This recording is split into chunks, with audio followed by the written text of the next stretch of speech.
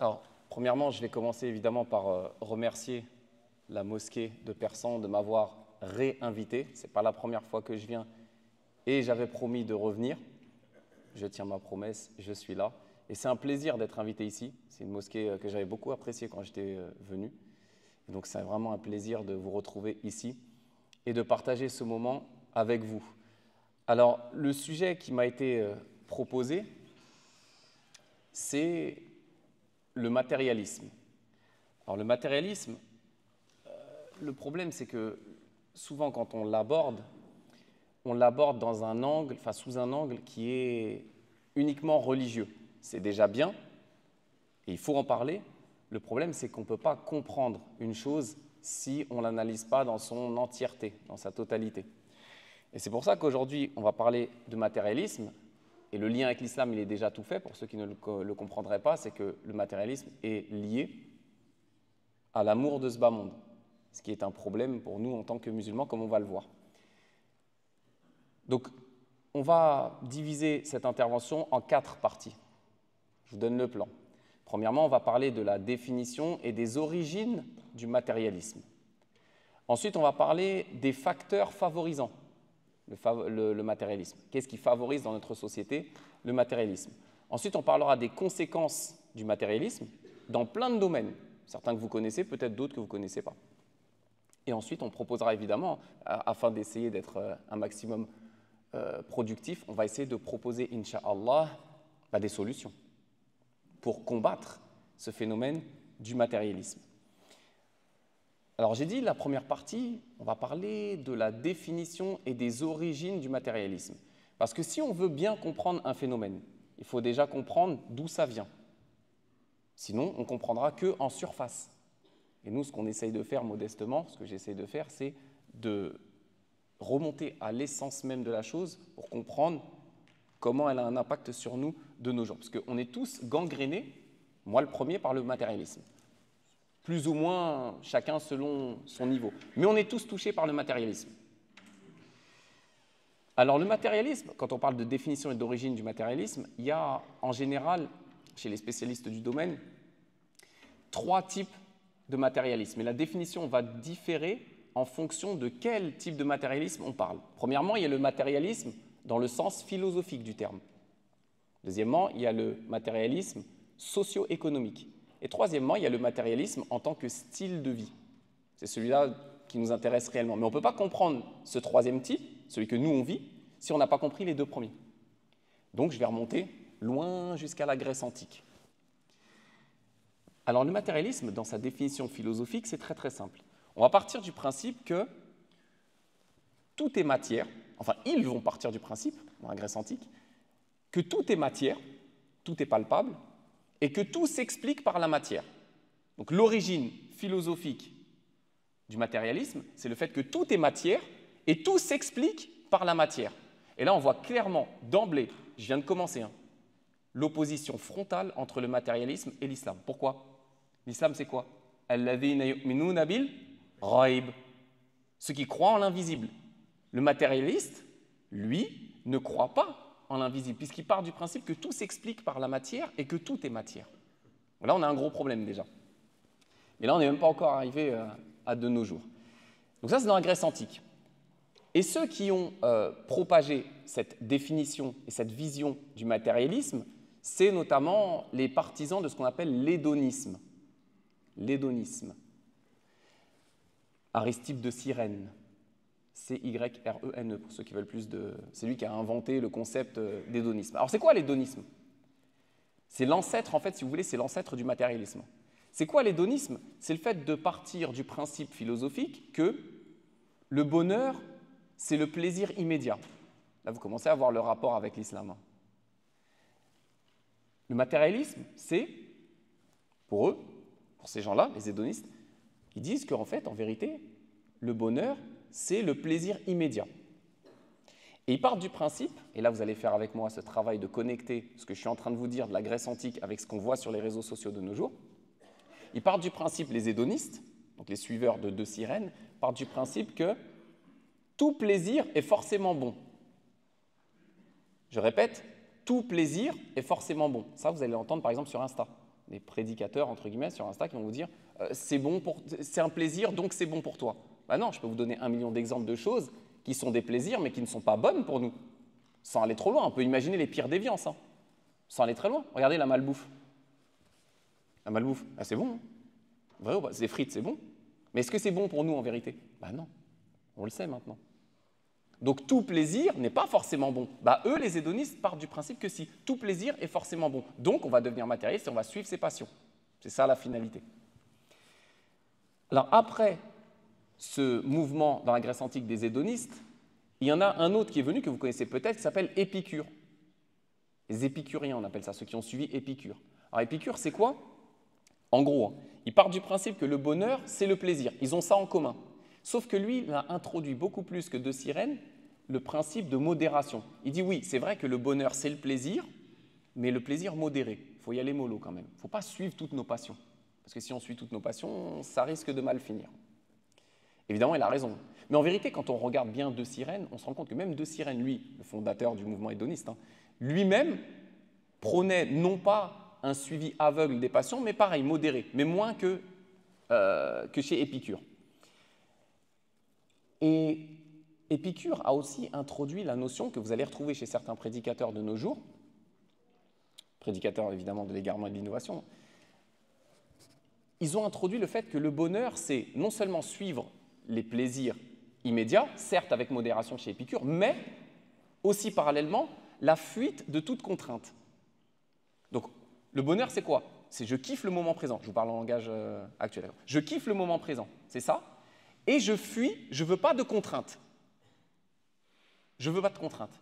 Et ils vous disent, ceux qui prônent ce style de vie, mais version moderne islamique, ils vous disent, la preuve, Allah subhanahu wa ta'ala, il a dit dans le Coran, la ikraha fid din, il n'y a pas de contrainte en religion. Donc tu peux suivre toutes tes passions, il n'y a pas de problème, puisque Allah Azza wa Jal dit, il n'y a pas de contrainte en religion. Subhanallah. C'est ça qui veut dire le verset? Il n'y a pas de contrainte en religion. Donc quand Allah subhanahu wa ta'ala te demande de te lever à 4 heures du mat pour faire sobre, ce n'est pas une contrainte ça? Quand il te demande de t'abstenir de jeûner de l'apparition de l'aube jusqu'au coucher du soleil, ce n'est pas une contrainte ça? Quand il te demande de faire tes ablutions et qu'il fait froid, ce n'est pas une contrainte ça? Bien sûr que c'est une contrainte. On a besoin de contraintes dans notre vie. Et la religion, c'est une série de contraintes. Ce que l'islam combat, c'est quoi? C'est ce qu'on appelle le mashaqqa, la contrainte hors norme. Je ne peux pas faire mes ablutions parce que j'ai un pansement, je vais faire le masr au lieu de faire les ablutions normalement. Ça, c'est une dérogation, ça oui. Mais ça ne veut pas dire que dans l'islam, il n'y a aucune contrainte. Bien sûr qu'Allah nous a mis des contraintes dans la vie. Et heureusement qu'il nous a mis des contraintes. Sinon, ce serait trop facile. Donc, Épicure disait, le bonheur, c'est le plaisir de ce bas monde, un peu de modération quand même, et c'est surtout la fuite de toute contrainte. Et là encore, on voit une opposition claire avec l'islam. L'islam te met des barrières, l'islam te met des contraintes, pour ton bien. Et parmi les penseurs plus modernes, sans aller dans la Grèce antique, mais en remontant plus proche de nous, Karl Marx. Vous connaissez Karl Marx? Karl Marx partait du principe que tout s'explique par la lutte des classes. Encore une fois, c'est matériel. En gros, je schématise. Désolé si on a qu'on fait de la socio et qu'on étudie Karl Marx en détail, je schématise vraiment, je vulgarise. Karl Marx partait du principe que tout s'explique par les luttes de classe. S'il y a des problèmes dans la vie, s'il y a des guerres, c'est pourquoi? C'est parce qu'il y a des pauvres et il y a des riches. Il y a des pauvres et il y a des riches. Et donc, pour régler le problème, c'est du matériel. C'est qu'une histoire de matériel. Pour régler le problème, il suffit de mettre tout le monde au même niveau. Il n'y a plus de pauvres, il n'y a plus de riches. Alors, on a essayé de faire ça. Ils ont essayé. Ça s'appelle comment? Le communisme. Combien de millions de morts? Plus de 50 millions de morts, le résultat. Voilà à quoi ça a mené cette idéologie. Et encore une fois, contradiction avec l'islam. On ne peut pas dire que l'islam est capitaliste, mais sur ce point-là de l'argent, l'islam est plus capitaliste que communiste. L'islam ne condamne pas le fait qu'il y ait des riches. L'islam impose juste aux riches de donner 2,5% aux pauvres. C'est tout. Voilà, minimum. Celui qui veut faire plus, marhaban. Vous voyez ou pas? Donc Karl Marx, pour lui, tout s'explique par l'argent, le matériel. S'il n'y avait pas de riches capitalistes, il n'y aurait pas de problème. Bon, ils ont essayé, ça ne marche pas. D'accord? Donc lui, c'est ça qui détermine, en fait, tout. La structure des sociétés est déterminée par les classes sociales. Ça, c'était pour le côté philosophique, la définition philosophique du matérialisme. En gros, je résume, c'est le bonheur présent et pas de contrainte. Voilà ce que c'est leur définition. Maintenant, le matérialisme économique et social, c'est le principe, c'est beaucoup basé sur Karl Marx et Engels. C'est le fait que, en vérité, l'histoire est déterminée par les conditions matérielles. Ce qu'on appelle en philosophie vous avez peut-être appris à l'école, le déterminisme social de Rousseau. Vous connaissez Rousseau? Rousseau, qu'est-ce qu'il dit? Il dit en fait, tout homme naît bon, homme avec un H, hein, naît bon, mais c'est la société qui va le corrompre. C'est une idée qu'on trouve très présente dans les idéologies de gauche, par exemple, en France, ou en général. Ce n'est pas de leur faute s'ils braquent des banques, ils vendent de la drogue, c'est parce que c'est la société qui les a corrompus. Là, on voit encore une fois une opposition claire avec l'islam, puisque l'islam, c'est tout le contraire. L'islam responsabilise l'être humain. Tu es responsable de tes actes. Alors oui, la société influe, elle a une influence sur nous, c'est clair. Mais on ne peut pas se cacher derrière ça en disant c'est pas de ma faute, si j'ai braqué une banque, c'est parce que j'ai vécu dans une cité. Non, ça ne marche pas en islam, ça. Tu ne pourras pas arriver le jour du jugement en disant c'est pas de ma faute, c'est la société qui m'a corrompu. Pourquoi? Parce qu'Allah, quand il nous a créés, il a mis en nous quoi? Le bien et le mal. Les deux sont présents en nous. On n'est pas né bon ou mauvais. On est né avec les deux en nous. Et ensuite, on doit lutter toute notre vie contre nos passions pour ne pas tomber justement dans le mal. Et donc, Marx, il a aussi développé cet aspect économique, surtout économique, et social, plus Engels sur le côté social, le fait que voilà, tout s'explique, l'histoire elle est déterminée en vérité par des conditions matérielles. S'il y a des guerres dans le monde, c'est parce qu'il y a des pauvres contre des riches. Tout s'explique par, encore une fois, l'argent, le matériel et les classes sociales. Et j'en viens donc à la troisième définition du matérialisme, celle qui nous intéresse, c'est le matérialisme en tant que mode de vie. Le matérialisme en tant que mode de vie, ce qu'on vit nous. C'est quoi la définition du matérialisme en tant que mode de vie? C'est le fait que ce qui va déterminer la valeur d'un homme, c'est ce qu'il possède. C'est ça la définition du matérialisme en tant que style de vie. Comment j'estime ta valeur? Toi, comment vous allez estimer ma valeur? Vous allez regarder ma montre. Vous allez chercher longtemps, j'en ai pas. Et je ne compte pas en avoir. On va estimer, ou ma voiture. Qu'est-ce que j'ai comme voiture? Qu'est-ce que je porte comme vêtements? Combien je gagne? C'est comme ça qu'on estime un homme dans une société matérialiste. Et on est en plein dedans ici, en Occident.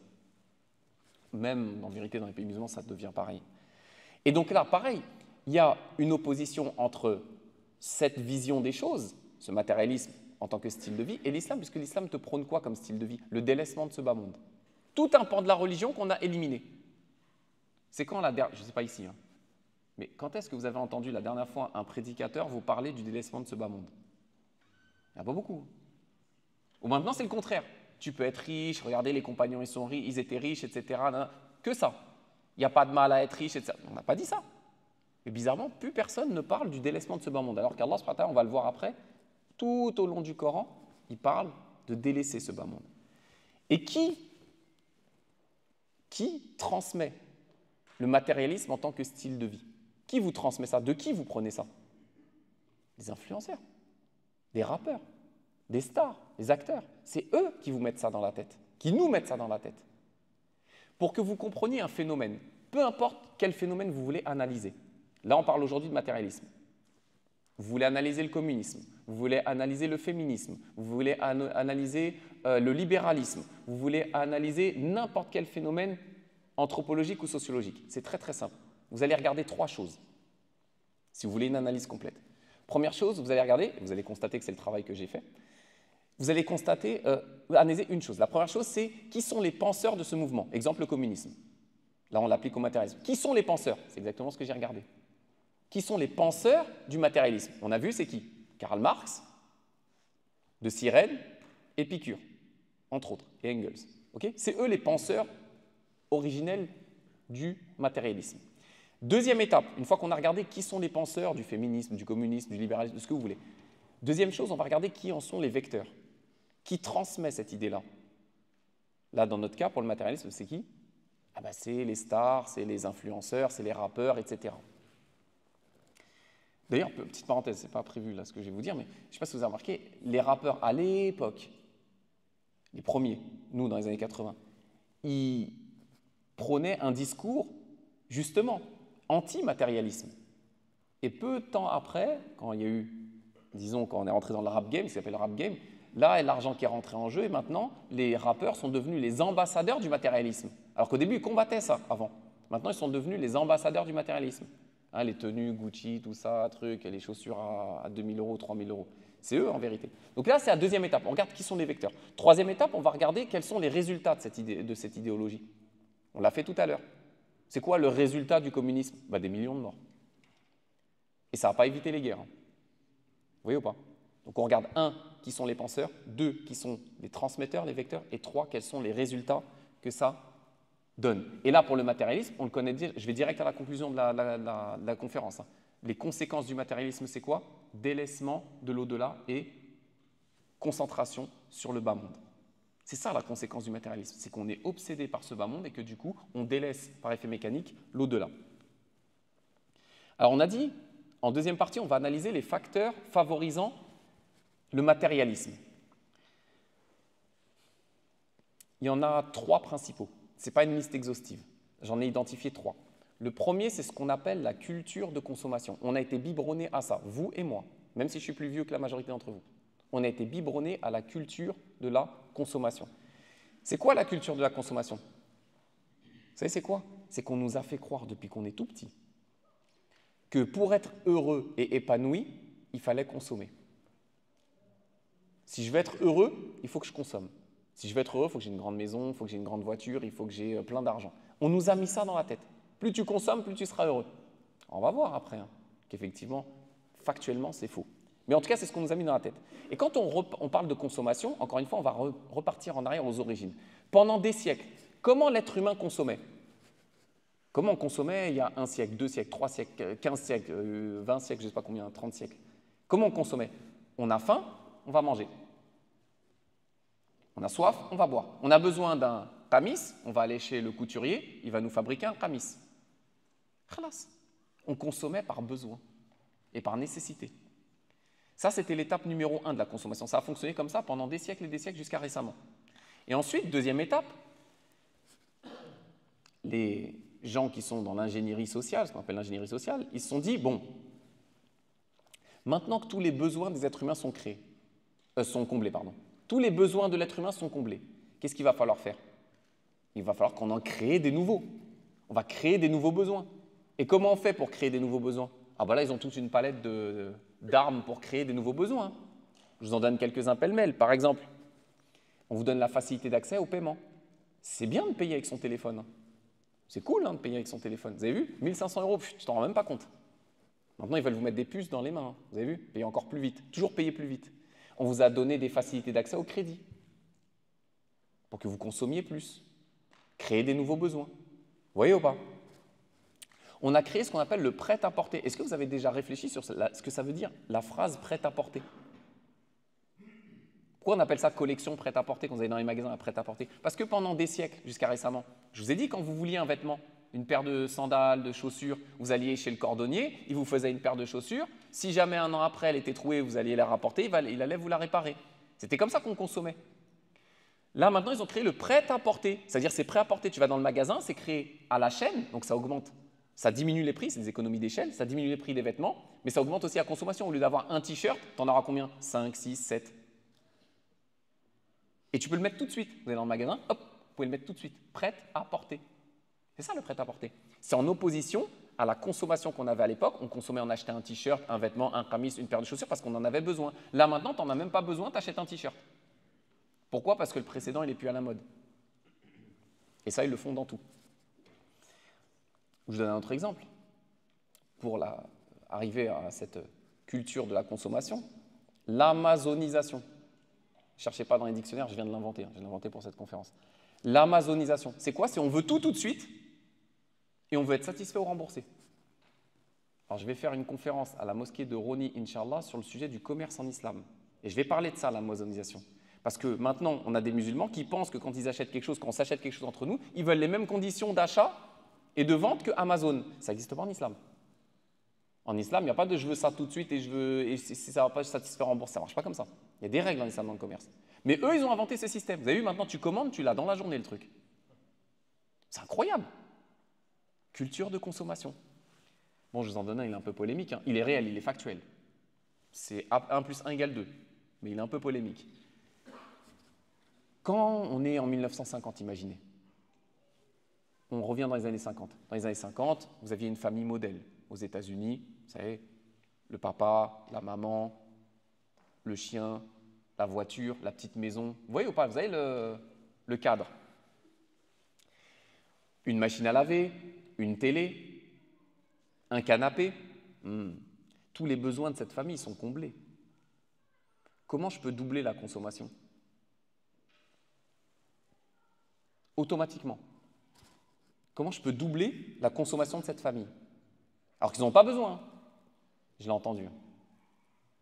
Je vais pousser les gens à divorcer. Si je pousse les gens à divorcer, qu'est-ce qui va se passer?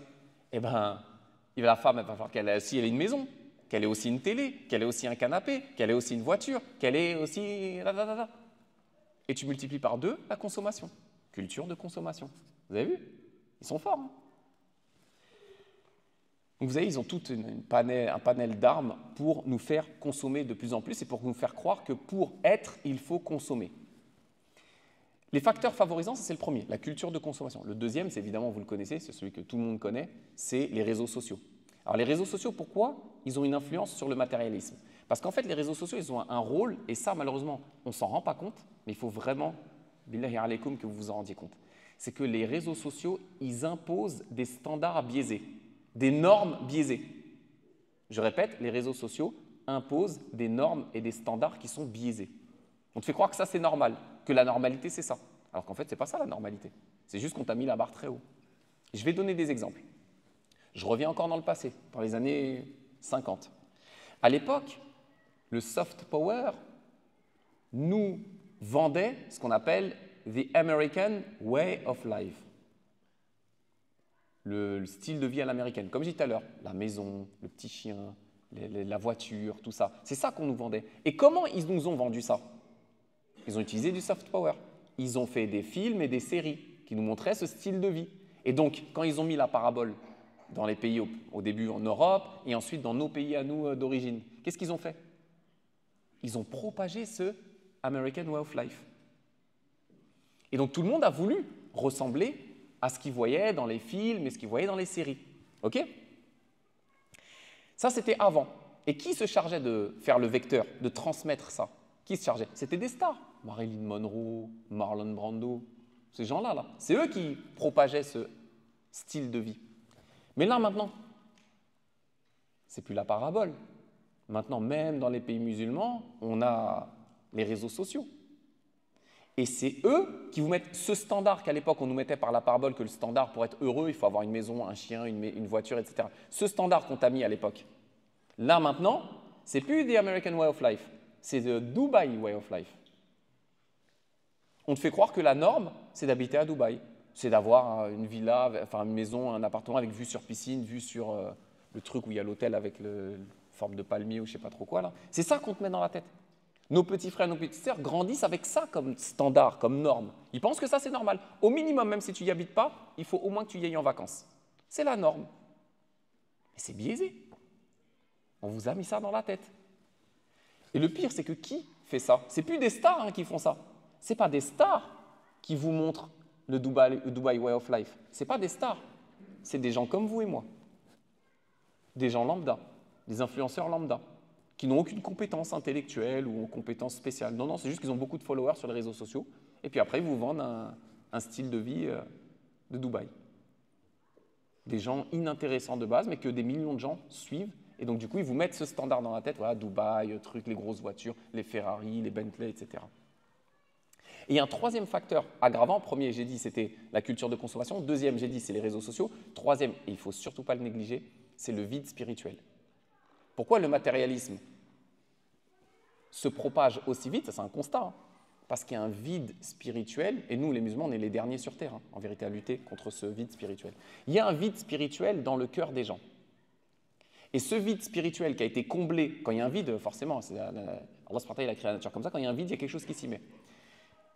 Ce vide-là, il a été rendu possible qu'après la déchristianisation de l'Occident, via soit la laïcité, par exemple pour la France, soit le protestantisme pour les pays anglo-saxons. Ils ont vidé le cœur des chrétiens. À la base, on est dans une civilisation chrétienne ici, en Occident. Ils ont vidé le cœur de la foi qu'ils contenaient chez les chrétiens. Nous, on n'était pas encore là.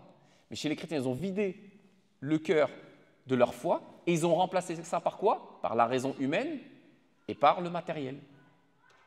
Et là, tu peux injecter ta culture de consommation. Ça ne marchait pas avant sur les chrétiens, ça. Ça ne marchait pas. Et avant, sur nous les musulmans, ça ne marchait pas non plus. Là, maintenant, ça commence à marcher, malheureusement. Qu'Allah nous en préserve. Et Ibn Taymiyyah, il a dit quoi? Ibn Taymiyyah, il a dit, il n'y a pas une chose. C'est-à-dire que l'être humain, il a été créé pour adorer Allah subhanahu wa ta'ala. C'est comme ça, on a été créé, c'est notre fitra. Musulmans ou non musulmans, on est comme ça de base. On est né pour adorer. Si ton cœur, il n'est pas rempli de l'adoration d'Allah, il va le remplir par l'adoration de quelque chose d'autre. Une statue, une star ou du matériel. C'est automatique, tu ne peux pas lutter contre ça, raison pour laquelle on doit tout faire pour remplir notre cœur de l'adoration d'Allah subhanahu wa ta'ala. Et on sait aussi que le manque de sécurité émotionnelle augmente la consommation et le matérialisme. Par exemple, on sait que l'anxiété et le stress, c'est des facteurs aggravants de consommation. Désolé pour le préjugé, mais en gros, c'est la femme dépressive qui mange de la glace. Vous voyez ou pas? On sait qu'une personne en dépression va souvent rechercher à aller mieux, non pas normalement par la prière, par l'évocation d'Allah subhanahu wa ta'ala. C'est ça qui va apaiser ton cœur. Non, eux, ils vont chercher à combler ce manque, ce vide spirituel, par quoi? Par de la consommation, par du matériel. C'est pour ça qu'Allah Azza wa Jal dit, celui qui se détourne de son rappel, il vivra une vie comment? Ma'ishatan danka, une vie pleine de gêne. Vous voyez comment ils sont? Ils ne sont pas bien. On va en parler, Inch'Allah. Alors, les conséquences. J'ai dit, troisième partie, les conséquences. Alors, le matérialisme, il a des conséquences dans plein de domaines. Je vais commencer par le profane et ensuite le religieux. Premièrement, le matérialisme, il a des conséquences sur la psychologie des gens, sur notre cerveau. Comment? Parce que le matérialisme crée en nous un sentiment permanent d'ingratitude. Le prophète, sallallahu alayhi wa sallam, nous dit, dans le sens du hadith, si Allah il donnait au fils d'Adam une rivière en or, il en voudrait une autre. Plus tu en as, plus tu en veux. Donc, plus tu achètes du matériel, plus tu vas en vouloir. Donc tu seras toujours insatisfait de ce qu'Allah subhanahu wa ta'ala t'a donné. Donc le matérialisme engendre quoi? De l'ingratitude et de l'insatisfaction. Tu es ingrat envers ton Seigneur et tu n'es jamais satisfait de ce qu'Allah t'a donné. Deuxièmement, au niveau psychologique, ça engendre aussi une chute du bien-être émotionnel. Et là, on va parler de données statistiques fiables, non contestables. On a dit tout à l'heure que le bien-être, selon leur idéologie, l'hédonisme, etc., les épicuriens, c'est quoi? C'est le plaisir de la consommation, en gros. C'est le plaisir immédiat. Ok, très bien. Ça, c'est vous qui nous avez dit ça. La civilisation, la Grèce antique, etc. Vos penseurs, ils nous ont dit ça. Nous, les penseurs musulmans, ce n'est pas ce qu'ils disent du tout. C'est le contraire. Mais chez eux, c'est ce qu'ils disent. Ok. Alors, comment vous expliquez que dans les sociétés où on consomme le plus, les pays occidentaux, comment vous m'expliquez que dans les sociétés où on consomme le plus de biens matériels, le taux de suicide est le plus élevé? C'est bizarre votre truc. Vous nous avez dit que pour être heureux, il faut consommer. Et pourtant, vos statistiques que vous faites nous disent que dans les sociétés où il y a le plus de consommation, c'est là aussi où il y a le plus de suicides. Zid. Dans les sociétés occidentales, c'est les sociétés où on consomme le plus d'anxiolytiques, médicaments contre la dépression. La France, il y a des domaines où on est champion du monde. Eh bien, on est champion du monde de consommation d'anxiolytiques, de médicaments antidépression. Pourtant, il y a de l'argent en France. Alhamdoulilah, on vit bien. Moins bien qu'avant, mais bien quand même. C'est un pays riche, la France. Eh bien, comment vous m'expliquez qu'en France, tout le monde arrive à consommer un minimum et pourtant, il y a des dépressions et des suicides de tous les côtés? C'est bizarre. C'est que votre théorie n'est pas forcément bonne. Et ensuite, au niveau psychologique, ça crée beaucoup de stress, le matérialisme. Parce que quand tu vois les autres qui ont toujours plus que toi, qu'est-ce que tu veux faire? Tu veux atteindre leur niveau. Donc, tu vas te mettre du stress financier. En plus, souvent, tu vas t'endetter. Tu vas te mettre une corde au cou, prendre un crédit pour avoir plus de matériel. Vous savez que la majorité des crédits que les gens y prennent, ce n'est pas des crédits pour manger. Ce n'est pas des crédits pour remplir le frigo. La majorité des gens qui prennent des crédits, c'est pourquoi? C'est pour le nouvel iPhone, c'est pour, je ne sais pas moi, telle ou telle chose matérielle. Pas tout le temps, mais dans la majorité des cas. Donc le matérialisme a des conséquences au niveau psychologique, au niveau aussi économique. Le matérialisme a créé des crises économiques. Les crises dans lesquelles on est, à répétition depuis les années 70, c'est créé par quoi? Par le matérialisme, en vérité. Parce qu'on est obligé de rentrer dans une croissance infinie. Je vous recommande les travaux de Shir Talal Lahlou, qui a beaucoup travaillé, et Anis Lajnef aussi, qui ont beaucoup travaillé sur ça, le concept de dette et de croissance infinie. Donc, je ne vais pas rentrer trop là-dedans, mais en tout cas, par exemple, au niveau économique, on sait que le matérialisme aussi, le prêt-à-porter, etc., a tué quoi? L'artisanat. Le commerce de proximité. Tout ça à cause du matérialisme, parce qu'on veut produire plus, on veut vendre plus, on tue le commerce de proximité. C'est vrai ou c'est faux? C'est factuel. C'est factuel. Tu peux plus, tu es un vendeur de vêtements traditionnel. Tu ne peux pas faire le poids contre H&M, Zara, Carrefour, je ne sais pas quoi. Vous ne pouvez pas. C'est impossible.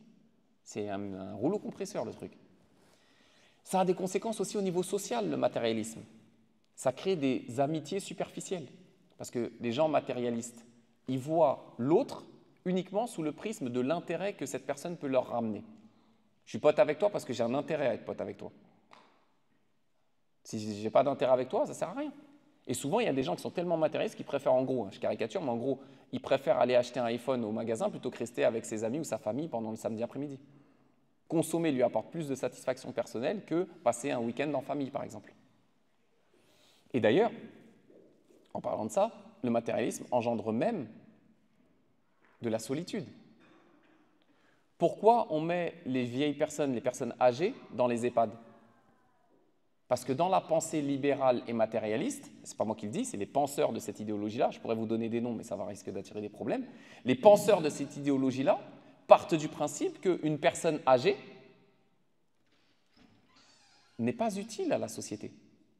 Une personne matérialiste ne voit, je répète, les personnes qu'en fonction de leur intérêt.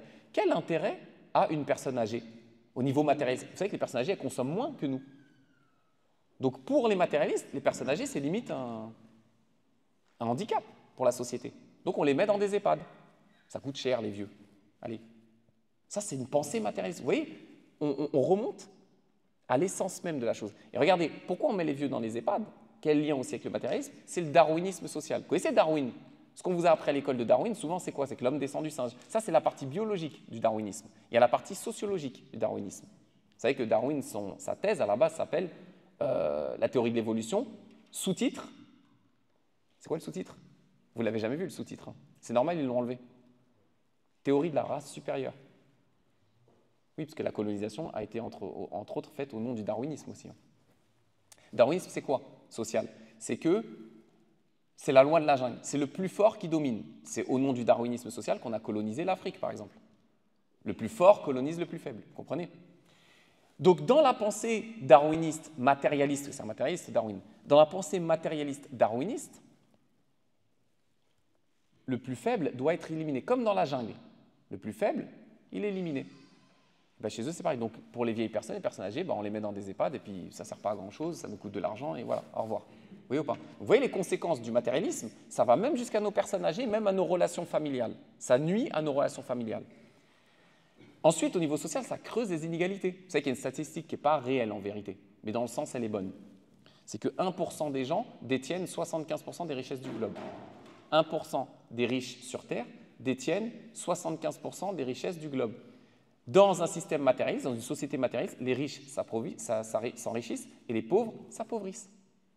Ça, c'est une conséquence du matérialisme. En islam, ce n'est pas possible. Parce qu'en islam, oui, il y a des riches. Mais il ne peut pas y avoir un monopole comme ça de 1% de la population qui dirige tout le monde. Non, parce qu'ils doivent partager. Zakatul mal. Eh oui, sadaqat. Ça a même des conséquences, subhanallah, au niveau environnemental, le matérialisme. L'épuisement des ressources naturelles, subhanallah. Vous connaissez le jour du dépassement? C'est ce que c'est? Vous avez déjà entendu parler du jour du dépassement? Souvent, là en ce moment, c'est au mois d'août. C'est-à-dire qu'en gros, je simplifie, au mois d'août de chaque année, on a déjà consommé 1 an de ressources naturelles. C'est-à-dire qu'on a inventé le concept de crédit même pour la planète. On fait faire à la planète Terre un crédit sur ses ressources naturelles. C'est incroyable. Au mois d'août, on a déjà consommé toutes les ressources qu'on avait pour 1 an sur Terre. Donc on est en train, à partir du mois d'août, de manger sur les ressources de l'année prochaine. Et ainsi de suite, et ainsi de suite, et ainsi de suite. Sauf que les ressources naturelles, vous le savez, elles ne sont pas infinies. Allah subhanahu wa ta'ala en a mis pour tout le monde. Mais il faut partager. Si on pille et qu'on dépense n'importe comment, on ne va jamais y arriver. Et ça a des conséquences aussi, le matérialisme, plus de production, plus de croissance sur la pollution. La pollution. Vous savez qu'il y a une statistique dans The Lancet, vous connaissez le journal scientifique? Ils ont publié une statistique récemment, ils ont dit qu'il y a 1 mort sur 6 dans le monde qui meurt des conséquences de la pollution. C'est énorme. 1 sur 6 qui meurt des conséquences de la pollution. Tout ça à cause de quoi? Parce qu'on veut consommer plus. Et évidemment, ça a des conséquences aussi au niveau Bah, religieux. Et oui, quand on est matérialiste, le matérialisme au niveau religieux mène à quoi? Un délaissement de la pratique religieuse. Plus vous êtes matérialiste, moins vous allez pratiquer l'islam. Moins vous allez prier, moins vous allez faire de dhikr, etc. Pourquoi? Parce qu'il y a ce qu'on appelle un effet mécanique. Si je passe plus de temps à m'occuper de ce bas monde, bah factuellement, j'en passe moins à m'occuper de l'au-delà. Si toute la journée, tu passes ta journée à courir après l'argent, tu as le temps d'aller à la mosquée? Tu as le temps de te poser, de lire le Coran? Non, tu passes ta vie à courir après l'argent, à courir après le matériel. Vous comprenez? Donc plus tu vas t'occuper de ce bas monde, moins tu vas t'occuper de l'au-delà. Ça, c'est une des pires conséquences qu'Allah nous préserve du matérialisme. Ça t'éloigne de l'au-delà et ça te rapproche de plus en plus de ce bas monde, jusqu'à ce que tu tombes au minimum dans l'avarice, syndrome Picsou. Vous accumulez de la richesse, vous accumulez, vous accumulez, vous accumulez, voire même dans certains cas, shirk. Il y a un lien entre le matérialisme et le shirk. Et encore une fois, Cheikh Lahlou a pas mal développé ça, notamment sur le concept de dette qui mène au shirk. Alors maintenant, je vais proposer des solutions au niveau profane. La plus longue partie, ce sera sur la partie religieuse, évidemment. Au niveau profane, on peut combattre le matérialisme. C'est dur, je dis ça moi-même, déjà le premier. On peut combattre au niveau profane le matérialisme. Comment? En adoptant ce qu'on appelle une consommation intelligente. Consommer intelligemment. Par exemple, rationaliser et optimiser nos dépenses. Je vous donne un exemple simple que je donnais à l'époque, il y a plus de 20 ans. Si dans la journée, vous devez utiliser 5 fois votre voiture pour aller à un point A, B, C, D, E, ok? La majorité des gens, qu'est-ce qu'ils font? Ils font le A, ils reviennent à la maison. 2 heures plus tard, ils font le B, ils reviennent à la maison. Une demi-heure plus tard, ils font le C, ils reviennent à la maison. Ils font des allers-retours comme ça. Là, tu es en train de consommer pour rien du tout. Optimiser ta dépense, c'est comment ta consommation? Eh bien, tu fais tout d'un coup, si possible. Ou 3 choses sur 5 d'un coup. Comme ça, tu rationalises, tu optimises ta dépense de carburant, ta dépense d'énergie, etc. Il faut apprendre à rationaliser, à optimiser nos dépenses. Jusqu'à, selon certains, deuxième solution, adopter un style de vie dit minimaliste, ce qu'on appelle le minimalisme. Alors, j'expliquerai après que l'islam ne demande pas ça. Mais là, je parle des solutions profanes, non religieuses. Certains, pour combattre le matérialisme, prônent ce qu'on appelle le minimalisme, c'est le fait de consommer uniquement ce dont on a besoin par nécessité. Tu prends toutes tes dépenses superflues, tu les enlèves. Et tu gardes que l'essentiel. Logement, nourriture, habillement, en gros. École pour les enfants, etc. Style de vie minimaliste. Troisième façon de combattre le matérialisme, il faut qu'on apprenne à ne pas céder aux achats d'impulsion. Vous avez 2 types d'achats. 2 types d'achats. Ceux qu'on fait du marketing, on se reconnaît. Vous avez un achat dit réfléchi. Normalement, quand tu achètes quelque chose, tu as réfléchi avant. Tiens, il n'y a plus de pâtes. Il n'y a plus de pâtes à manger. Je vais aller acheter 1 kilo de pâtes. C'est un achat réfléchi. Et il y a ce qu'on appelle l'achat d'impulsion. L'achat d'impulsion, c'est le magasin, via le marketing, qui va te déclencher un achat qui n'était pas prévu. Ils sont très forts pour ça. J'ai travaillé plusieurs mois là-dessus, entre 2002 et 2004. Exactement. Comment déclencher des achats d'impulsion? Par exemple, des trucs tout bêtes. Tu vas faire tes courses pour acheter à la base ton paquet de pâtes et une bouteille et un pack d'eau. Et quand tu rentres, il y a ce qu'on appelle des produits d'appel. Vous voyez, produits d'appel, c'est quoi? Ce qu'ils vous mettent à l'entrée du magasin. Télé. Alors, je ne connais rien en télé, mais je ne sais pas, ils sont à combien de centimètres maintenant? C'est ce qu'on compte en mètres, non? Les dalles de télé, là, elles sont énormes, les télés. Télé, je dis n'importe quoi, 2 mètres. 400 €. La meilleure des marques. 400 €. Barré, le prix, là, à 2000 €. Ce n'est pas un mytho, c'est vraiment à 2000 € la télé à la base, et ils vous la mettent à 400 €. Toi, à la base, tu es juste venu acheter ton paquet de pâtes et ton pack d'eau. Et tu te dis, ah ouais, 400 €. C'est vrai que ma télé, elle a 3 ans quand même. Elle a 3 ans. C'est une bonne affaire, 400 € une télé comme ça, de 2 mètres ou je ne sais pas trop quoi là. Vas-y, je vais la prendre. Boum, tu as cédé à un achat d'impulsion. Ils sont très très forts pour ça. Un autre exemple, juste pour vous raconter un peu ma vie. C'est pas intéressant, mais ça peut vous aider aussi sur certains points. À l'époque, j'ai passé mon diplôme, j'ai validé mon diplôme de marketing sur cette anecdote-là que je vais vous raconter. Vous voyez les gondoles qu'ils mettent en caisse, où il y a des chewing-gums et des bonbons là? Vous voyez ça là?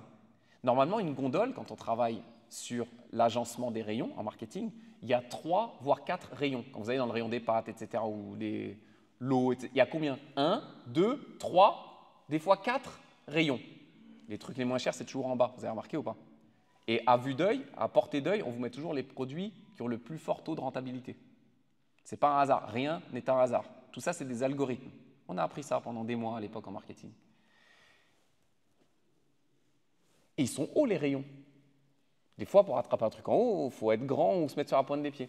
Est-ce que vous avez remarqué que les gondoles à côté de la caisse sont très basses? Pourquoi? C'est pour les enfants. Et oui, la cible, c'est les enfants. Ils veulent déclencher des achats d'impulsion, non pas chez vous. Parce que nous, on n'achète pas des chewing-gums par impulsion, les adultes. Par contre, les enfants, les bonbons, achat d'impulsion. Donc, ils vous ont mis des gondoles très très basses, avec des bonbons et des chewing-gums de plein de couleurs. Comme ça, les enfants, quand ils arrivent devant la caisse, ils crient, ils tapent une crise. C'était mon intro. Quand j'ai passé mon diplôme, je suis passé devant un jury et je leur ai dit, ouais. Ils m'ont dit, comment vous avez eu l'idée de parler de ça? Parce que moi, j'ai validé mon diplôme sur ce qu'on appelle l'enfant roi. L'enfant roi, le thème de l'enfant roi. Et donc, je disais, j'étais à une caisse, j'attendais mon tour, et il y a un enfant qui commence à hurler, waouh, il se roule par terre et tout, parce qu'il voulait les chewing-gums, là. Et ses parents, ils disaient, non, non, non, non, non. Au bout d'un moment, qu'est-ce qu'ils ont fait, ses parents? Ils ont cédé, ils ont pris le paquet de chewing-gums. Je me suis dit, ils sont forts quand même. Ils sont très, très forts, parce que non seulement, qui a gagné dans l'histoire? C'est l'enfant qui a gagné sur ses parents, d'où le thème de l'enfant roi. D'accord? Le côté psychologique, etc. de mon diplôme. Et aussi, le côté marketing, c'est qu'en vérité, c'est le magasin qui a gagné. Parce que le magasin, c'est exactement ce qu'il veut, que le gosse tape une crise à la caisse. Et toi, tu n'as pas le temps. Tu es en train de passer tes produits. Vous voyez ou pas? Vas-y, prends le paquet de chewing-gum. Boum, ils vous ont eu. Vous voyez ou pas? Et maintenant, ça fait quelques années qu'ils font ça. Hein. Ils ont même mis des déclencheurs d'achat d'impulsion dans les escalators. Vous les avez vus, ceux-là? C'est quoi les déclencheurs d'achat d'impulsion dans les escalators? Quand vous allez à Carrefour, tout ça, là, Leclerc. Vous avez vu quand vous prenez l'escalator pour monter? Entre les escalators, là, ils ont mis quoi? Des Mars, des Maltesers. Tu n'as pas le temps de réfléchir. Parce que tu regardes le truc, tu vois le prix, le truc il monte, hop, tu prends. C'est des diables. Le marketing, c'est très très grave ce qu'ils font. Je ne vous parle même pas, ça j'en parlerai la semaine prochaine, Inch'Allah, sur le commerce, du marketing, du neuromarketing. C'est encore pire. Donc, ne pas céder aux achats d'impulsion. C'est dur, mais il faut qu'on résiste à ça. Il faut que quand vous allez acheter quelque chose, ce soit un achat réfléchi. Vous savez, vous avez une liste. Le meilleur truc, c'est de faire une liste. Hein. Vous faites une liste. Comme ça, il n'y a pas d'achat d'impulsion. Même si vous voyez une bonne occasion, je ne suis pas venu pour ça. Je suis venu pour mes pâtes et mon pack d'eau. Et ensuite, il faut apprendre, si on veut lutter contre le matérialisme, il faut apprendre à gérer un budget. Ça peut vous paraître simple, mais vous savez que la majorité des gens que j'ai rencontrés dans ma vie, qui m'ont dit « je suis pauvre », je vous jure qu'ils n'étaient pas pauvres. C'est juste des gens qui ne savaient pas gérer un budget. Je vous donne un exemple. À l'époque, moi ça fait, je crois, plus de 15 ans que je n'ai pas de télé. Mais à l'époque, il y avait des émissions, vous savez, où ils vont dans les familles et suivent un peu des familles comme ça, là, comment vous vivez, etc. Il y avait toujours cette famille-là, traditionnelle française, le mari, la femme et les 3 enfants. Et qui disaient, oui, c'est compliqué, vous comprenez, on a du mal à joindre les 2 bouts. Pourtant, moi je travaille, ma femme elle travaille, mais on a du mal à joindre, on est pauvre. Et là, je vous jure, hein, réel ce que je vous dis, peut-être vous connaissez mieux que moi. Le mari qui est en train de parler est en train de fumer une cigarette. Sa femme elle est en train de fumer une cigarette. Les enfants, ils sont 3, ils ont tous le dernier iPhone. Le mari il est en train de jouer à la PlayStation. Bon, à l'époque, c'était pas ça, mais ça serait PlayStation 5. Il y a le dernier iMac posé sur un bureau. Ils ont un crédit pour la maison et un crédit pour la voiture. Et ils te disent, je suis pauvre. T'es pas pauvre, mon ami. C'est juste que tu vis au-dessus de tes moyens. C'est tout. Réduis ta consommation. Arrête de fumer, tu seras plus pauvre, tu vas voir. Donc, il faut apprendre à gérer un budget. Et surtout, il ne faut pas s'endetter. Dans le halal comme dans le haram. Le prophète, sallallahu alayhi wa sallam, il faisait dua contre les dettes pour ne pas être endetté. Donc, il faut au maximum éviter les dettes. Là, maintenant, comme je dis, ils vous ont facilité l'accès au crédit. Bon, là, je ne parle pas d'un point de vue religieux. Nous, c'est haram, point. Mais il ne faut pas s'endetter. Parce que s'endetter, c'est un appel du matérialisme. Ils veulent que vous vous endettiez pour consommer plus. Et là, vous rentrez dans la matrice. Et dernier point, le plus important, c'est les solutions religieuses. Comment combattre le matérialisme avec la religion? C'est la meilleure des armes. En fait, en vérité, vous allez voir, l'islam, c'est le remède suprême, et ça, même des non-musulmans devraient être d'accord. Le remède suprême contre le matérialisme, c'est l'islam. Et je vais le prouver. Vous le savez de toute façon.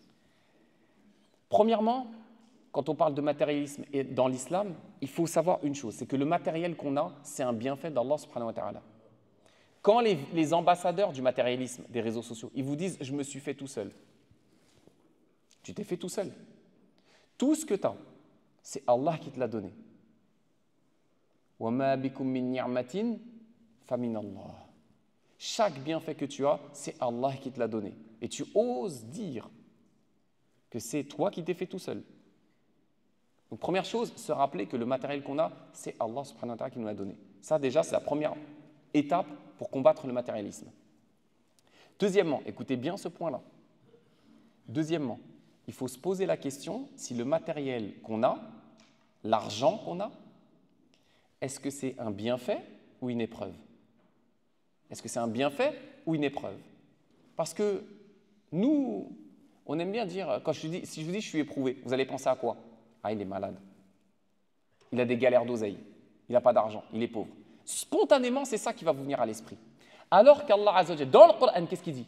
وَنَبْلُوكُمْ بِالشَّرِّ وَالْخَيْرِ fitna. On va vous éprouver par le mal, la pauvreté, la maladie, et par le bien, la bonne santé, l'argent, le bien matériel. Donc toi qui as beaucoup de biens matériels, qui te dit que c'est un bienfait? T'en sais rien.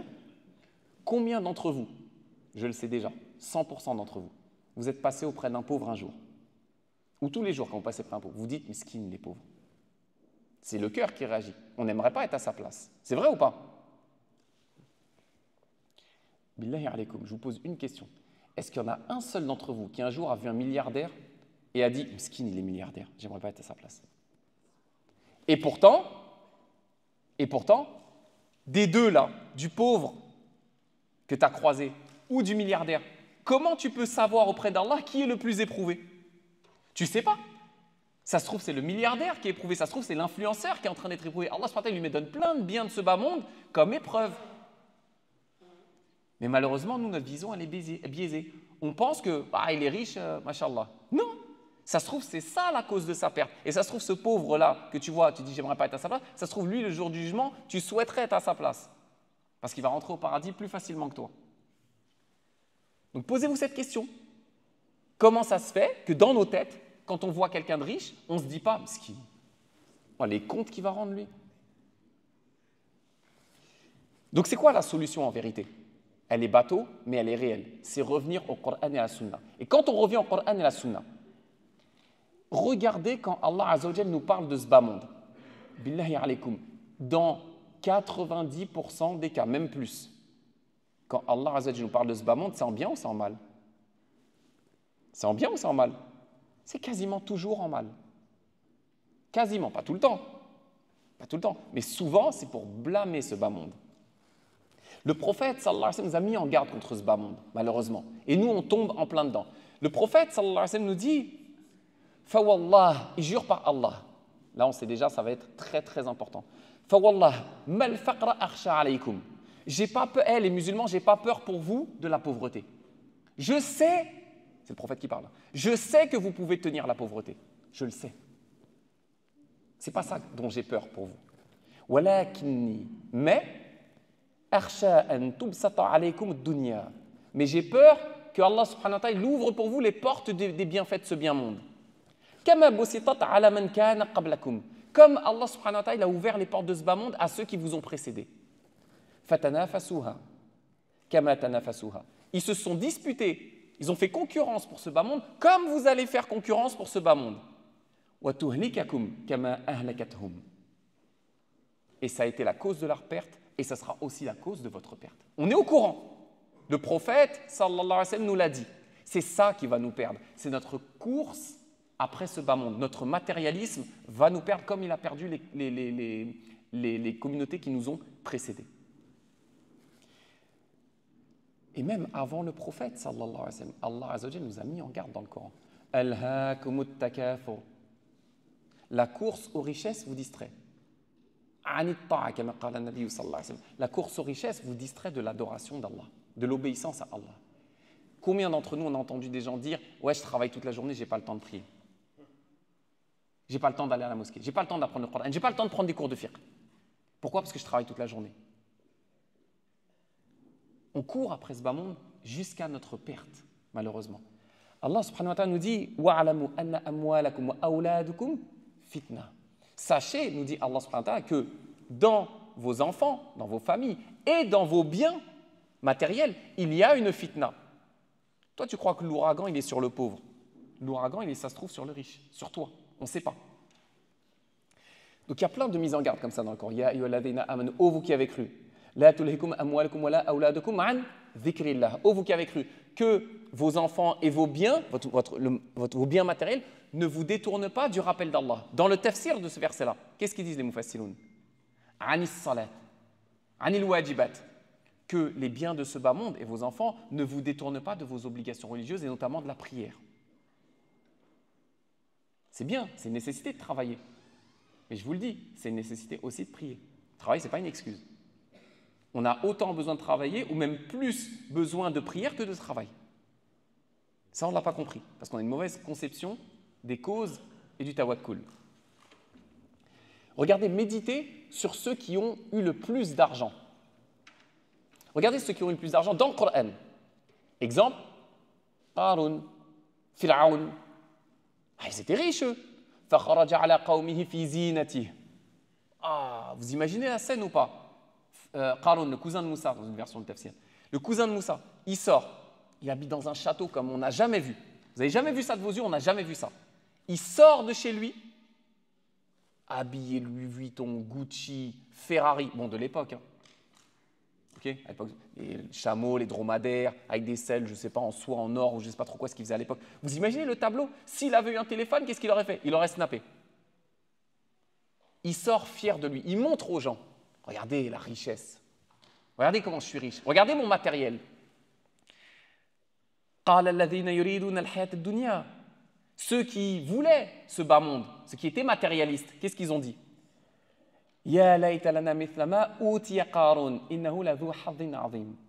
Malheur à nous, on aimerait trop être comme lui. On aimerait avoir autant de matériel que lui. Quelle chance il a. Ça, c'est les matérialistes. Vous avez vu? Mais comment il a fini, Qarun, avec sa richesse? Ils ont fini où? Ensevelis sous terre. Pharaon et tous les dictateurs qui ont amassé des millions et des milliards, on a un exemple actuellement, tous ces dictateurs, Pharaon et tous ceux qui l'ont suivi, ils ont fini comment? Tous de la même façon. Sunnat Allah. C'est comme ça. Ton matériel, il va te servir à rien du tout quand le châtiment d'Allah subhanahu wa ta'ala va arriver. Donc, solution, revenir au Coran et à la Sunna, évidemment, et surtout, regarder ceux qui ont moins que nous. Le prophète, sallallahu alayhi wa sallam, nous dit « Unzuru ila man huwa asfala minkum, wa la tanzuru ila man huwa fawqakum » Regardez ceux qui ont moins que vous. Mais nous, comme on est sur les réseaux sociaux, est-ce que quand tu scrolles, ils te montrent des gens qui ont moins que toi? L'algorithme va te montrer que des gens qui ont mieux que toi. Et du coup, c'est mieux de regarder ceux qui ont moins que toi que ceux qui ont plus, parce que si tu regardes ceux qui ont plus, nous dit le prophète sallallahu alayhi wa sallam, tu vas négliger les bienfaits d'Allah sur toi. Si tu regardes que des gens qui ont des Ferrari, et toi tu roules en 206, elle est claquée ma voiture. Non, elle n'est pas claquée, c'est un grand bienfait qu'Allah t'a donné. Il y en a, ils n'ont pas de voiture du tout. Il y en a, ils n'ont même pas de jambes, gars. Toi, tu as des jambes, mais tu as une 206. Mais non, toi, on t'a mis comme norme, ce que je disais au début, on t'a mis comme norme quoi? Il faut la Ferrari, il faut la Bentley, etc. Donc regardez ceux qui ont moins que vous, ne regardez pas ceux qui ont plus que vous. Ça, c'est une vraie solution. Troisièmement, ou quatrième plutôt, troisième, adopter une consommation du juste milieu. J'ai parlé tout à l'heure de minimalisme, de se contenter que du minimum. Pas de plaisir, rien que le minimum. Ce n'est pas ce que l'islam nous demande. L'islam, c'est un équilibre. On ne nous demande pas d'être comme les chrétiens, d'aller dans un monastère et même chez eux, la gourmandise, c'est un péché. Tu n'as même pas le droit de manger un bonbon, un truc au chocolat, c'est haram chez eux. Ce n'est pas ça que l'islam te demande. L'islam te demande une consommation du juste milieu. Allah subhanahu wa ta'ala dit وَبَتَغِ فِي مَا آتَاكَ اللَّهُ دَارَ الْآخِرَةِ وَلَا تَنْسَ نَصِيبَكَ مِنَ الدُّنْيَا. Recherche à travers ce qu'Allah t'a donné comme richesse, comme bien, recherche l'au-delà. Sers-toi de cette richesse qu'Allah t'a donnée pour coffrer des bonnes actions pour le jour du jugement. Mais n'oublie pas ta part dans ce bas monde. Rabbana atina fid dunya hasana wa fil akhirati hasana wa qina adhaban nar. L'islam prend en compte les deux. Le bas monde, certes, est blâmé par Allah dans le Coran et par le prophète, sallallahu alayhi wa sallam, dans la sunna. Mais ce bas monde, c'est un mal nécessaire. On est obligé d'y vivre. Donc, il faut en prendre une part. Mais le tout, c'est de ne pas prendre plus de bas monde que d'au-delà. Donc, il faut adopter une consommation du juste milieu. Ensuite, il faut qu'on travaille, parmi les solutions, qu'on travaille sur notre relation à l'argent. L'argent, il faut que tu l'aies dans la main. Il ne faut pas que tu l'aies dans le cœur. Si tu l'as dans le cœur, c'est un problème. Donc il ne faut pas être dépendant de l'argent. D'accord? Il ne faut pas être dépendant de l'argent. Le prophète, sallallahu alayhi wa sallam, dit « Ta'isa abdul dinar, ta'isa abdul dirham, ta'isa abdul khamisa » que périsse malheur à l'adorateur de l'argent et à l'adorateur des beaux vêtements.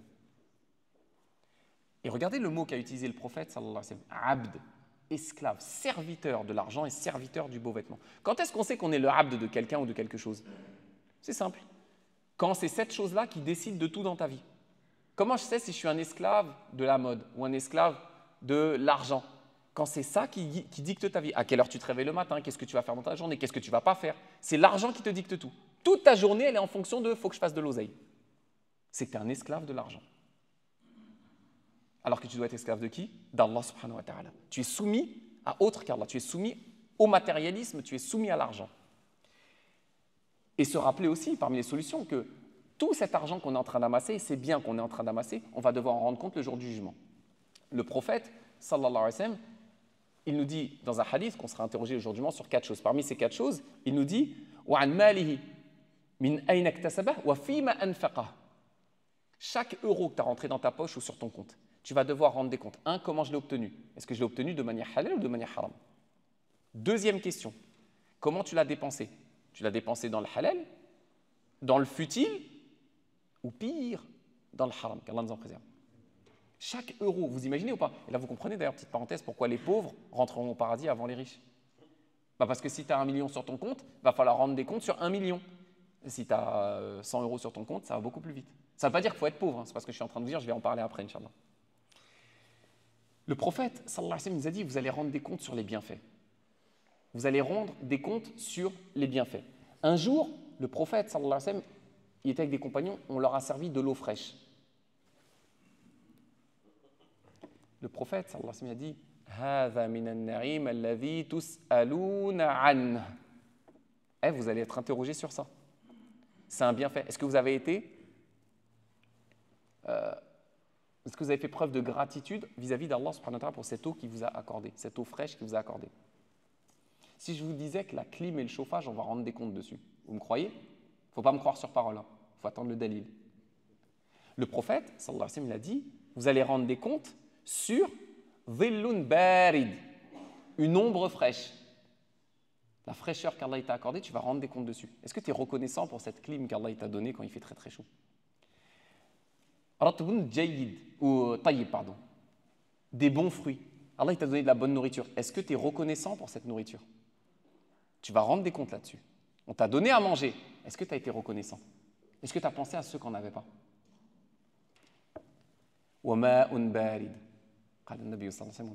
Et même l'eau fraîche, on va rendre des comptes. Est-ce que tu remercies Allah subhanahu wa ta'ala d'avoir donné de l'eau au frigo? On ne pense pas à ça. On va rendre des comptes sur tout vis-à-vis d'Allah subhanahu wa ta'ala. Ensuite, parmi les solutions pour lutter contre le matérialisme, il faut absolument qu'on développe une spiritualité et un amour de l'au-delà. Malheureusement, on lutte contre Dubaï. Vous savez que dans la tête de certains jeunes, de beaucoup de jeunes, vous savez que, malheureusement, ça fait mal au cœur, hein, mais il y en a certains qui disent « je ne vois même pas l'intérêt de se battre pour aller au paradis alors qu'il y a Dubaï sur terre ». Vous imaginez à quel niveau on est? Ils auraient tout ce que Allah promet dans le Coran, c'est ce qu'on trouve à Dubaï. Alors qu'évidemment, rien n'est comparable à ce qu'Allah nous a promis au paradis. Et pourtant, certains jeunes pensent comme ça. Pour eux, le paradis, c'est quoi? Ce n'est pas le paradis dans l'au-delà. Le paradis, c'est Dubaï. C'est ça leur objectif. Ce n'est pas le paradis éternel auprès d'Allah subhanahu wa ta'ala. Leur objectif, c'est Dubaï. C'est ça leur paradis. Donc, il faut développer son amour de l'au-delà. Et là, qu'est-ce qu'on va faire? Comment on peut concrètement développer son amour de l'au-delà et sa spiritualité? Sira Nabawiya. Étudier la vie du prophète, sallallahu alayhi wa sallam, des compagnons et des pieux prédécesseurs. Salaf salih. Ça va vous mettre un coup, si ce n'est pas déjà fait. C'est incroyable quand on lit la vie du prophète, sallallahu alayhi wa sallam, et des compagnons et des prédécesseurs, comment ils vivaient détachés de ce bas monde. Comme Ali ibn Abi Talib, le cousin du prophète, sallallahu alayhi wa sallam, a dit, j'ai divorcé de ce bas monde.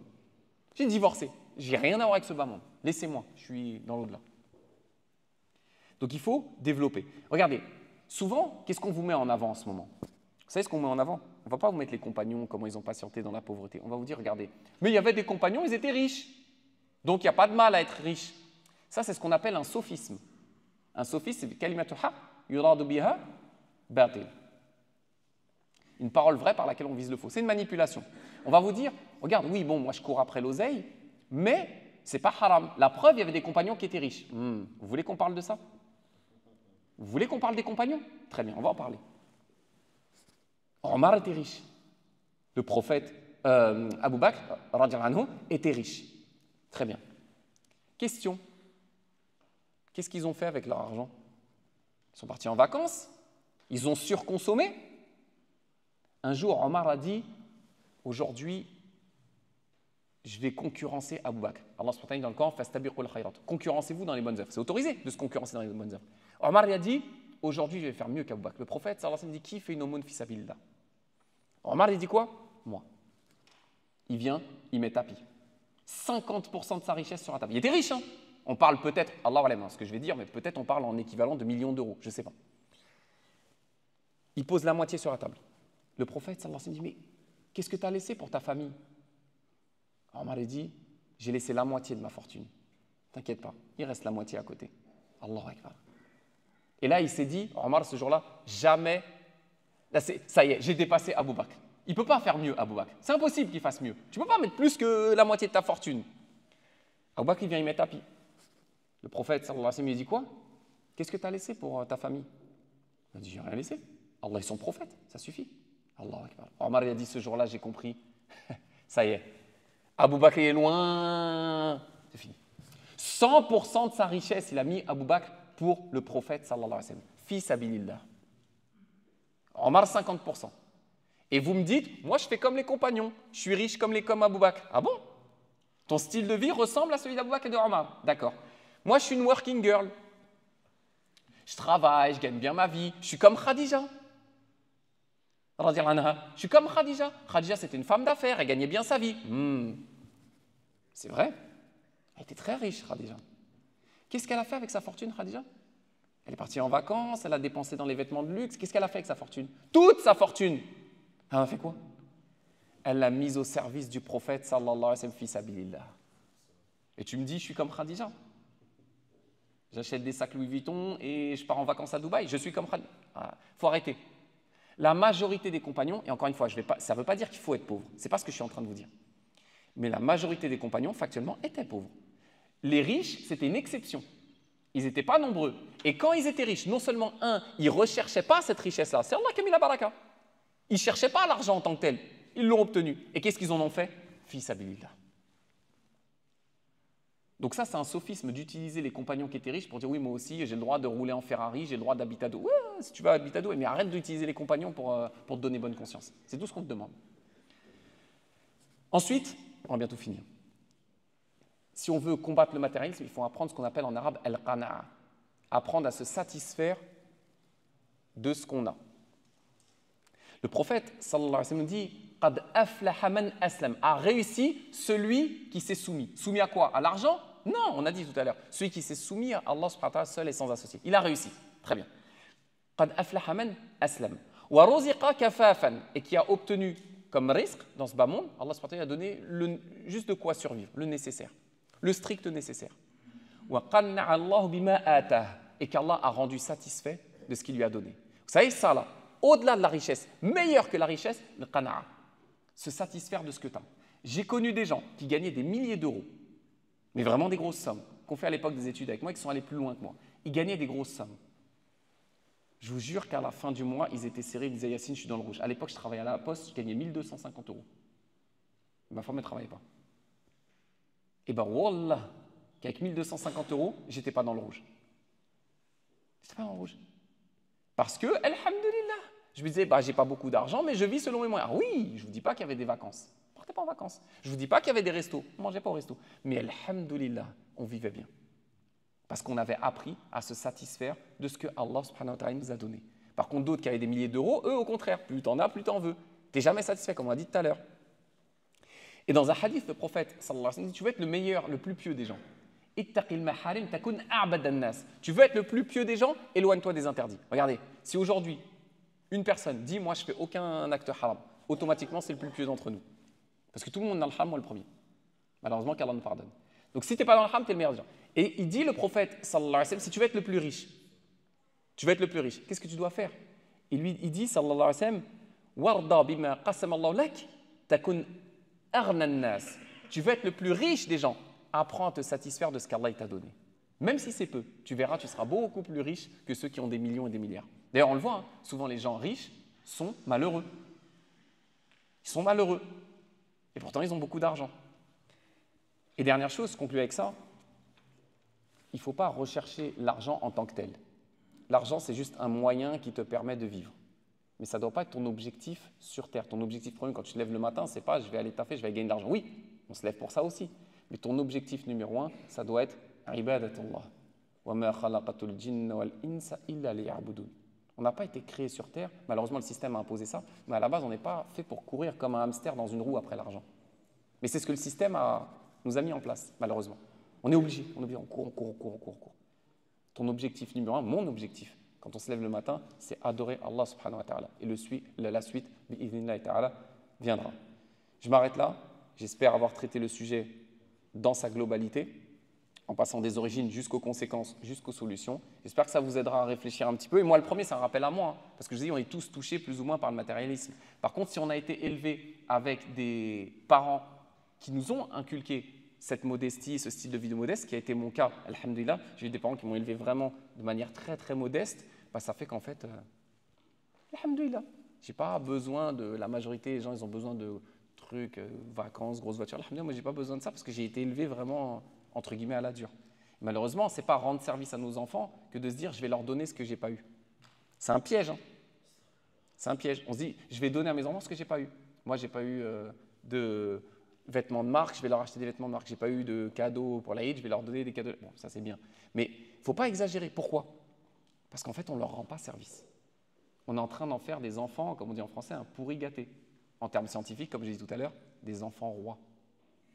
Et ce n'est pas leur rendre service. La frustration fait partie de l'apprentissage de l'enfant. Il faut qu'il soit frustré.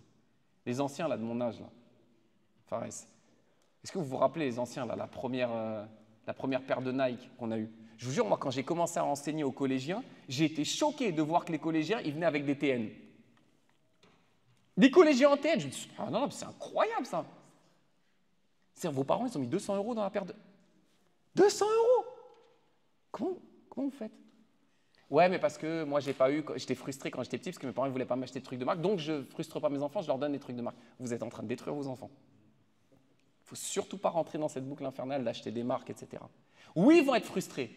Oui, ils vont rentrer à la maison comme nous, on rentrait à la maison. Ouais, mais lui, il a des Nike aussi. Ah ouais, ben toi, tu n'en auras pas. Et tais-toi. C'est dur. Mais je vous jure que ça fait partie de l'apprentissage. En sciences de l'éducation, la frustration, je le répète, fait partie de l'apprentissage. Il faut que notre enfant, il apprenne à être frustré. T'as pas comme les autres, c'est pas grave. C'est pas grave. T'inquiète pas, ça viendra, Inch'Allah, au moment où ça viendra. Nous, c'est venu tard, mais c'est venu, alhamdoulilah. Enfin, ils ont cédé nos parents quand même au final. On a eu un petit peu, mais tard, très tard. Mais bon, alhamdoulilah. Ouais, donc faites attention à vos enfants avec le matériel, parce que si on les élève dans cette culture de la consommation, etc., eh ben, on va rentrer dans la boucle inférieure, on n'arrivera pas à s'en sortir. Allahu a'lam, subhanaka Allahumma bihamdik, nashhadu an la ilaha illa ant, nastaghfiruka wa natubu ilayk.